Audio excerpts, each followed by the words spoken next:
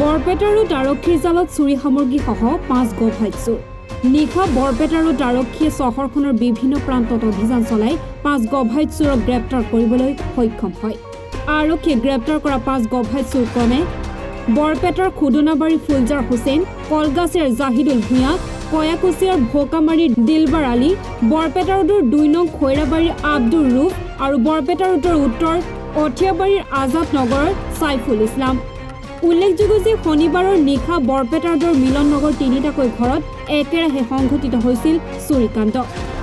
গৃহস্থৰ ঘৰত অতি কৌশলেৰে প্ৰৱেশ কৰি নিশা সোণৰ আ অলংকাৰৰ লগতে লুটি নিছিল নগদ ধন।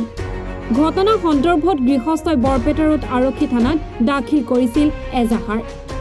গৃহস্থৰ এজাহাৰৰ ভিত্তিত বৰপেটা ৰোড আৰক্ষীয়ে 44/25 নম্বৰত গোচৰ ৰুজু কৰি যোৱা নিশা অভিযান চলাই 24 ঘণ্টাৰ ভিতৰতে চুৰি সামগ্ৰীসহ 5 গভাইট চোৰক গ্ৰেপ্তাৰ কৰিবলৈ সক্ষম হয়।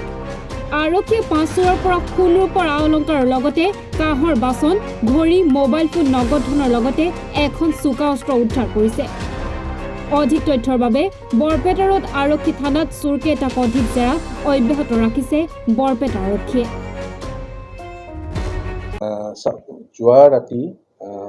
যোৱাকালি যিটো ৰাতিপুৱা ঘটনা আমাৰ নজৰলৈ আহিলে যে চুৰি কাৰ্য এটা সংঘটিত হৈছিল। তো সেই সংক্ৰান্তত পুলিচে তৎপৰতাৰে ইনভেষ্টিগেশ্যন কৰিবলৈ আৰম্ভ কৰে আৰু বিভিন্ন চ'ৰ্চ ইনফৰমেশ্যন আৰু টেকনিকেল ইনপুটৰ ওপৰত বেছ কৰি আমি যোৱা ৰাতি এটা বৰপেটা ৰোড এৰিয়াৰ বিভিন্ন অঞ্চলত আমি অভিযান চলাই এই বিভিন্ন চুৰিকাণ্ডত লগত জড়িত থকা আমি 5জনকৈ চোৰক আমি কৰায়ত্ব কৰিবলৈ সক্ষম হওঁ আৰু তেওঁলোকৰ পৰা আমি বিভিন্ন ধৰণৰ সোণৰ আ অলংকাৰ, ৰূপৰ আ অলংকাৰ, কাঁহৰ বাচন বৰ্তন, মোবাইল, ঘড়ী আৰু নগদ টকা আমি ৰিকভাৰ কৰোঁ।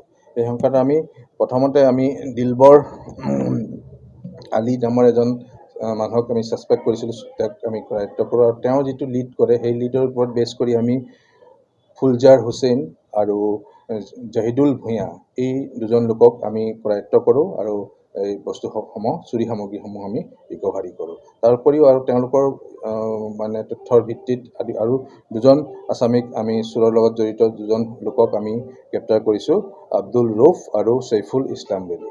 তো এই সংক্ৰান্তত পুলিচে জোৰদাৰ তদন্ত চলাই আছে আৰু আমি এতিয়াও তেওঁলোকক ইণ্টাৰগেশ্যন কৰি আছোঁ আৰু ফাৰ্ডাৰ ইনভেষ্টিগেশ্যনৰ পিছত আৰু সঠিক আৰু কি আহে আমি জনাবলৈ সক্ষম হ'ম।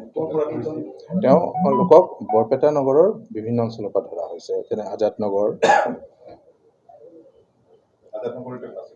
হয়, তেওঁলোকৰ অৰিজিনেল ঘৰ বেলেগ, কিছুমান কলগছিয়াৰ আণ্ডাৰত আছিল, Kalgachia police station, Sorbhog police ষ্টেচনৰ, বৰপেটা পুলিচ ষ্টেচনৰ, কিন্তু তেওঁলোকে ভাড়া কৰি পেলাই এইবিলাক কামৰ কাৰণে তেওঁলোকে বৰপেটাৰ অঞ্চলত আছিল আৰু তেওঁলোকে আগতো বিভিন্ন কামত জড়িত হৈ আছে বুলি আমাৰ সন্দেহ হৈছে আৰু সেই আমি অনুসন্ধান চলাই আছোঁ আৰু চলি আছে। হয়, এজন বৰপেটা ৰোডৰো আছে আৰু বাকী বেলেগ থানাৰ চাওক, প্ৰথমতে যি ঘৰ মানুহত চুৰি কাৰ্য সংঘটিত হৈছিল তেওঁলোক আচলতে ঘৰত আছিল, সেইকাৰণে তেওঁলোকে অলপ সন্দেহ কৰিছিল যে তেনেকুৱা কিবা হয়তো কৰি পেলাই, যিহেতু তেওঁলোকে গম পোৱা নাছিল তেনেকুৱা কিবা কৰিব পাৰে বুলি। কিন্তু আমাৰ তদন্তত এতিয়ালৈকে তেনেকুৱা কিবা স্প্ৰে গেং বা তেনেকুৱা কিবা যে ইনভলভ আছে সেইটো পোৱা নাই আৰু তেওঁলোকে যিহেতু আমি কিছুমান মানুহক অলৰেডি এৰেষ্ট কৰিছোঁ ইয়াৰ লগত জড়িত আৰু তেওঁলোকৰ পৰা বস্তু ৰিকভাৰ হৈছে আৰু ফাৰ্ডাৰ ইনভেষ্টিগেশ্যন কৰি চাওঁ আৰু কি ওলায়।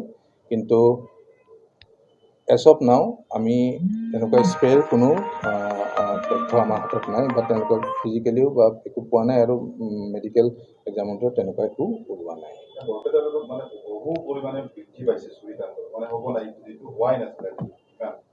কিবা ব্যৱস্থা হয়, চাওক, আমিতো ব্যৱস্থা পুলিচৰ ফালৰ পৰা লৈয়ে থকা হয়, পেট্ৰলিং থাকে, জেগাই আমাৰ বিট ছিষ্টেমত পুলিচ থাকে, ফিক্সড পিকেট ৰাতি হ'লে, দিনত আমাৰ এৰিয়াত গোটেই বজাৰত পেট্ৰলিং চলি থাকে। হয়, তাৰ মাজতো কিছুমান ঘটনা ঘটে আৰু আমি তদন্তত ক্ষিপ্ৰতাৰে কৰি আছোঁ সেইবিলাক যিখিনি ঘটনা ঘটি আছে আৰু তাৰ ৰিজাল্ট হিচাপে আপোনালোকে দেখা পাইছে যে যোৱা ৰাতিৰ ভিতৰত এই ঘটনাটো হোৱাৰ 24 ঘণ্টা নহওঁতেই আমি যথেষ্ট ছাকচেছ হ'বলৈ বস্তু ৰিকভাৰ কৰিবৰ কাৰণে চৌধুৰীৰ কাৰণে আমি সক্ষম হৈছোঁ। আমাৰ এই জড়িতটো ডেফিনেটলি আছে তেওঁলোকে, আৰু ফাৰ্ডাৰ আৰু ক'ত জড়িত হৈ আছে কাৰণ যিখিনি আমি বস্তু ৰিকভাৰ কৰিছোঁ এটা জেগাৰ পৰাই চুৰি কৰা নিচিনা আমাৰ লগা নাই, আৰু বেলেগ জেগাৰ পৰা চুৰি কৰা বস্তু হ'ব পাৰে। ফাৰ্ডাৰ ইণ্টাৰগেশ্যন চলি আছে আৰু মানুহখিনিকো মাতিম আমি, তেওঁলোকে আইডেণ্টিফাই কৰিম। বৰপেটা ৰোডৰ পৰা কৌশিক দাসৰ ৰিপৰ্ট, NE Bharat 24।